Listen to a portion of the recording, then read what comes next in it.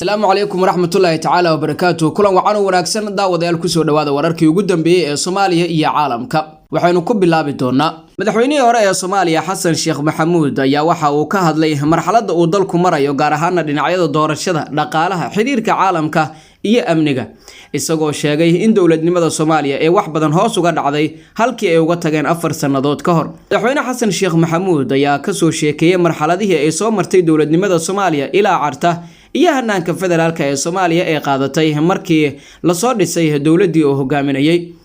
anigoo ah oday Soomaaliyeed waxaan leeyahay dadkayga Soomaaliyeed aan ka iimaano wixii shalay nagu dhacay aan u iimaano tan maanta sidoo kale aan u diyaar garowno tanbiri wax kasta oo dhacay waa la soo dhaafay sooma noqon karaan ee dulqaata ayuu yiri Xasan Sheekh Maxamuud sidoo kale Xasan Sheekh Maxamuud waxa uu sheegay in uu kalsooni badan ku qabo in doorashadu ay ku dhici doonto waqtiga loo qabtay ee 45 cisho ahi anigu waxaan qabaa in 275 xildhibaan lagu soo dhameystiri karo waqtigaas waaba dooran yihiin ayaa la yiri ayuu yiri Xasan Sheekh Maxamuud waxa uu sheegay in madaxda dawladda federaalka Soomaaliya iyo kuwa dawlad goboleedyada aan laga ogolaan karin in waqti iyo bilo kale ay ku darsadaan oo doorashadan ay sii jiitanto war adduunku waa nala hadlay waxa aan dhahnaa dal xur ayaa nahay laakiin tiirarkii xurnimadu ma noo dhan yihiin haddii dhaqaalihii amnigii iyo xukunkii maanta uu caalamku naga kaalmeynayo haddii naloo digo oo waqtina loo qabto ceeb maaha ayuu yiri madaxweynihii hore ee Soomaaliya Xasan Sheekh Maxamuud madaxweyne Xasan Sheekh Maxamuud ayaa waxa uu sharaxay dhibaatooyinka Soomaaliya ka soo gaari kara haddii ay ka dhiga adeegto digniinaha caalamiga ah ee ku aadan qabsoomida doorasho xur ah dadka iyo madaxda Soomaaliyeed waan u digayaa war dalka yaan la gelin ciriiri ku celiya duruufihii aan soo marnay waxaan u badbaadi karnaa doorashada oo la dedejiyo kuma nagaan karno xaaladan maanta aan ku jirno ayuu yiri Xasan Sheekh Maxamuud madaxweyne Xasan ayaa tusaale u soo qaatay wadamo badan oo doorasho la diiday ama xumaatay ay meel xun geysay oo dunida inteeda kale ka haray waxa uu sheegay in ciidanka qaranka aysan geysan wax dhibaato ah balse siyaasiyiinta gaar ahaan madaxda federaalka iyo kuwa dawlad goboleedyada qaar ayuu u saariyay wixii dhib ah oo ciidanku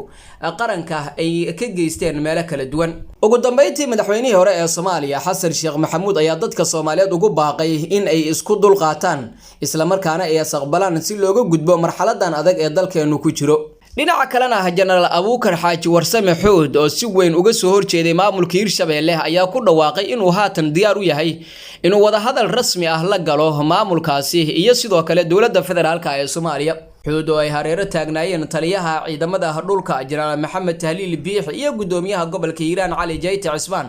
ayaa waxa uu sheegay in haatan wixii ka dambeeya xaqa ka maqan reer Hiiraan ay ku raadinayaan qaab wada hadal ah dadow ha isku sirmina ogaada in la dagaali karo lana heshii karo cid walba og waxa naga maqan in la helo isaga ayay dan ugu jirtaa annaga noogu jirtaa Soomaaliya oo dhan ayay ugu jirtaa insha Allah xaqaas waan keenaynaa ayuu yiri General Xuud falanqeeyaasha siyaasadda ayaa qaba in General Abuukar Xaaji Warsame Xuud uu rabo in uu galaangal ku yeesho doorashada golaha shacabka ee baarlamaanka Soomaaliya ee bilaabatay xilli uu hore ugu fashilmay in uu saameyn haba yaraatee ku yeesho dhismaha maamulka Hirshabeelle guddiga hirgelinta doorashada Hirshabeelle ayaa shaaciyay 11 kursi oo ka mid ah golaha shacabka oo uu dhawaan doorashadu ka qabanayo magaalada Jowhar ee xarunta maamulkaasi wali lama shaacin wax kuraas ah oo ka mid ah 25 kursi ee la qorsheeyay in doorashadooda lagu qabto magaalada Beledweyne ee gobolka Hiiraan ayadoo ay xilligan muuqato in maamulka iyo General Xuud isku fahmeen inay doorasho ka dhici karto magaaladaasi Beledweyne oo ka mid ah deegaan doorashooyinka ayaa markii hore wajahaysay culaysyo badan ay sidoo kalena ah in lagu qabto doorashada maadaama ay ka taagneed xiisad dagaal oo u dhaxaysa maamulka Guudlaawe iyo jabhadda General Xuud sidoo kale waxa la rumaysan yahay in dabaca mowqifka Xuud iyo sidoo kale inuu dib u la heshiiyay maamulka Hirshabeelle uu ku soo baxay duurkii uu dagaalka kaga jiray in aysan ka marnayn isfahan ka baxsan doorashada oo kaliya labadii bishan bay ahayd markii uu General Xuud ku dhawaaqay in si buuxda gacanta ugu dhigay maamulka magaalada Beledweyne ee xarunta gobolka Hiiraan isla markaana ay ciidankiisu joogaan inta badan xaafadaha magaaladaasi kadib dagaal culus oo dhex maray ciidamada maamulka iyo jabhadiisa waxa uu xilligaasna sheegay in ujeedadiisu ay tahay dhismaha maamul goboleed lagu magacaabo Hiiraan oo aysan doonayn in ay wax la qaybsadaan maamulka haatan jira ee Hirshabeelle oo madaxweynaha ka yahay Cali Guudlaawe